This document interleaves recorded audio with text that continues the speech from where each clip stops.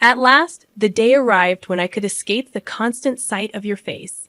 Those freeloaders, who did nothing but consume without contributing, needed to go. They should be grateful for the charity they've received all this time. Understood, I declared. I won't be coming back. Thank you for everything until now.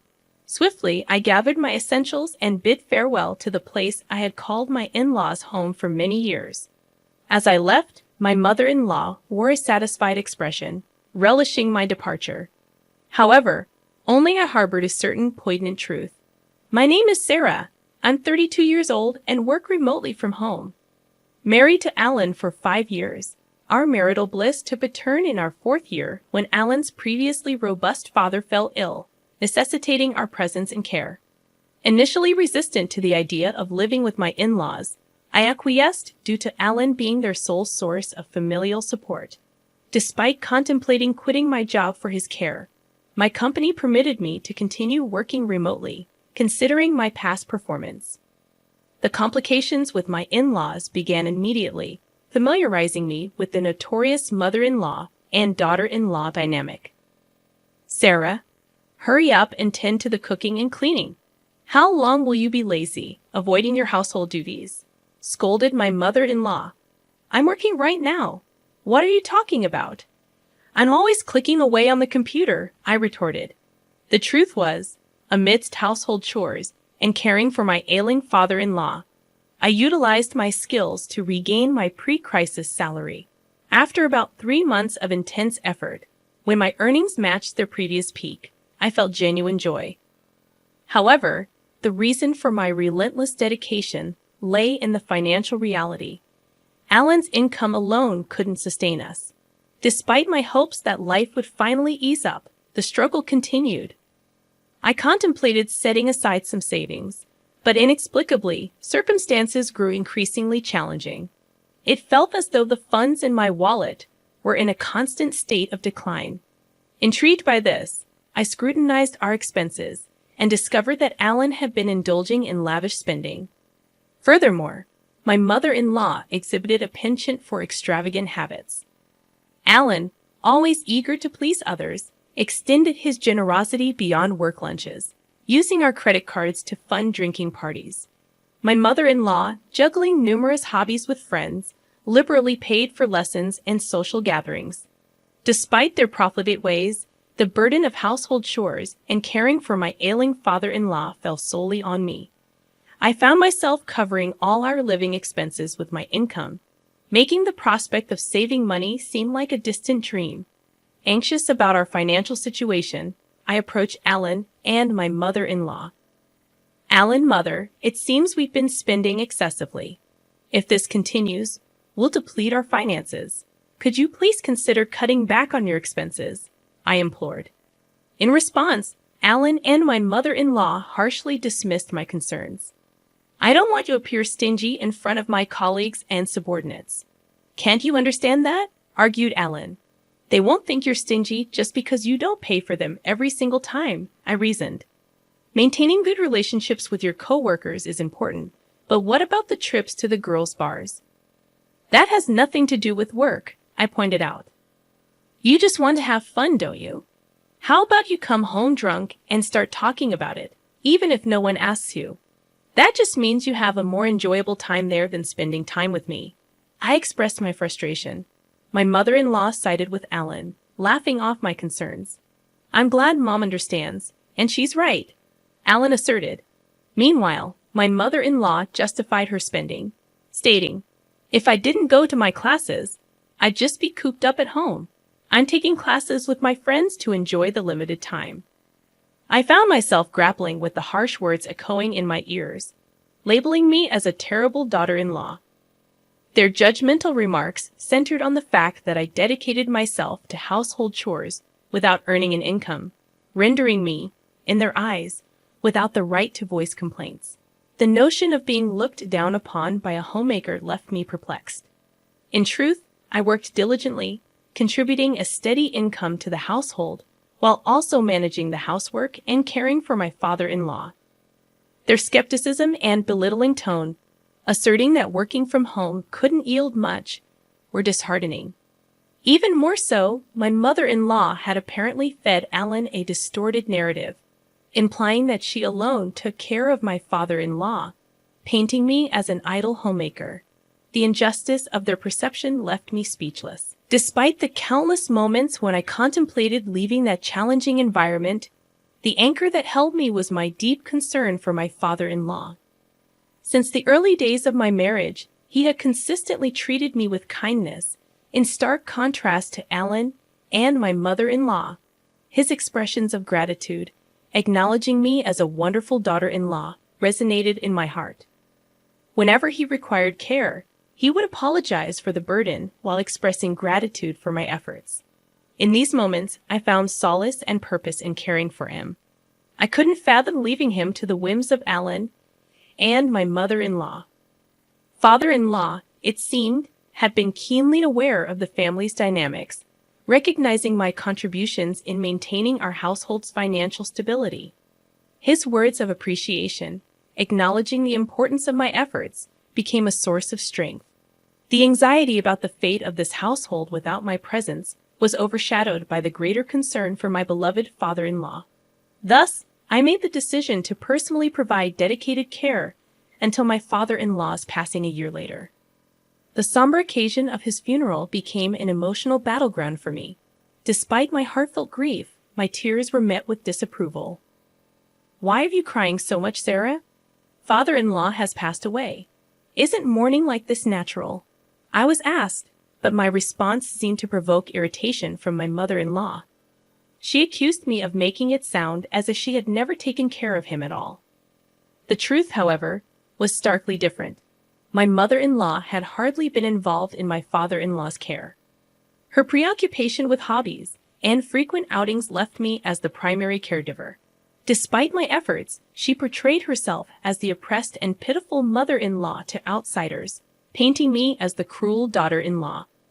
In the eyes of relatives, it seemed as though I was being too harsh on my mother-in-law. Even in the midst of mourning, I found myself criticized by those who understood little of the dynamics. Frustrated, I chose to distance myself from the relatives. However, this move did not go unnoticed by Ellen, who approached me with complaints. "You embarrassed Mom in front of everyone," he accused. "That doesn't make any sense. I was only crying about father-in-law's death. Despite that, your mom told me it was strange for me to cry. I never said she hadn't taken care of Dad at all. I just talked about mourning the loss of my father-in-law, whom I had always cared for," I defended myself. In the escalating argument, Ellen accused me of insulting his mother and suggested that if it bothered me so much, I should have cared for his father myself. The clash intensified, prompting the intervention of relatives who finally put an end to our quarrel.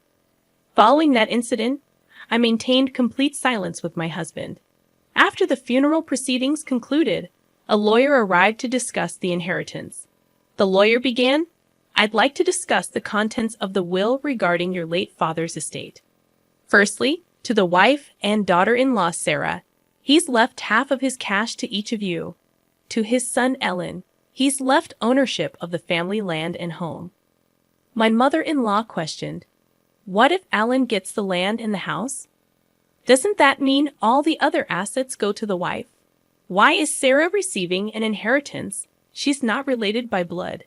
The lawyer responded, "Your husband was deeply grateful to Sarah for the dedicated care she gave him. He wanted to express his gratitude by giving her part of the inheritance. This decision cannot be changed." Unable to accept this, my mother-in-law accused, "I can't believe it. You were caring for him just to get the inheritance, weren't you?" I defended myself, explaining, "I had a good relationship with my father-in-law since I got married. I took care of him to express my gratitude." My mother-in-law continued with her accusations, suggesting it was psychological abuse. Frustrated, she eventually gave up, and the lawyer continued, "So that was Dad's decision. It's gratitude for Sarah's caring, right? If that's the case, then we have no choice but to follow it.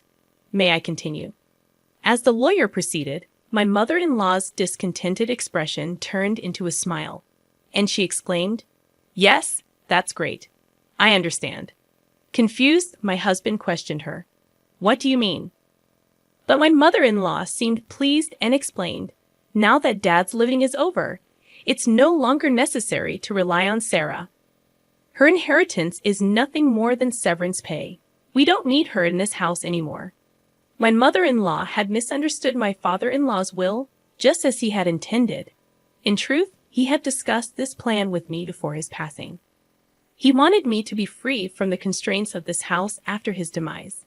Using the will, he cleverly deceived my husband and mother-in-law, making it seem natural for me to leave, just as he had planned. My mother-in-law, misinterpreting my father-in-law's intentions, saw the will as an opportunity to eject me from the family.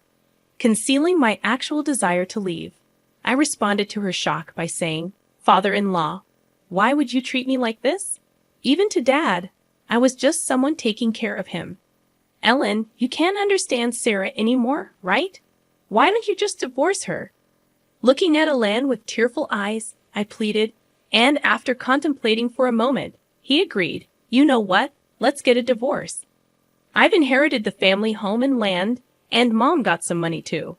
There's no longer any need to worry about living, so there's no problem if Sarah goes." "What do you mean by that?" "Just what I said. I feel bad for asking, but could you leave our house and agree to the divorce?" Understanding that there was no place for me there anymore, I agreed. "Understood. I guess there's no place for me here anymore." With a hint of restraint, I retrieved a document from the drawer and handed it to my husband. It was a notice of filing for divorce, prepared after our previous argument. My husband promptly signed it, expressing, "Finally, I don't have to deal with you anymore. A non-working freeloader should just get out. You should be grateful for us having put up with you, a total freeloader. Is that so?" "Okay, I understand. I'll leave. Thank you for things up to now." As I left, my mother-in-law appeared elated, unaware of what would transpire in the future of their house. Once out of their home, I wasted no time and immediately submitted the divorce notice to the city hall. Arriving at the apartment I had rented in advance, the spacious room echoed with my joy as I exclaimed, "Finally, I can be by myself. This is great." I felt overwhelmed with joy to be liberated from a challenging marriage. My heartfelt gratitude extended to my father-in-law for devising the plan that enabled my escape from my in-laws' home. Subsequently, I embraced a comfortable life living on my own, appreciating the newfound freedom and the ability to continue working remotely, a skill I had cultivated during my time at my in-laws' place. Having honed my time management skills, work flowed smoothly and my income increased, allowing me to lead a comfortable life free from interference. However, my peaceful existence took an unexpected turn when my ex-husband, Alan, called me out of the blue. Perplexed, I questioned, "It's been a while. Why are you calling me? Weren't you the one telling me to disappear?" "Sarah, please help us. We're in a pinch," Alan pleaded. I chuckled, finding the situation ironic. "What kind of joke is this? My salary hasn't changed, but for some reason, you're running out of money. We can't live like this." With a laugh, I decided to deliver the final blow. "That's because you no longer have my income to support you. You squandered your entire salary on yourself. Maybe it's about time you and your mother learned some financial responsibility as adults." Confused, Alan asked, "What do you mean? You still don't get it?" I clarified.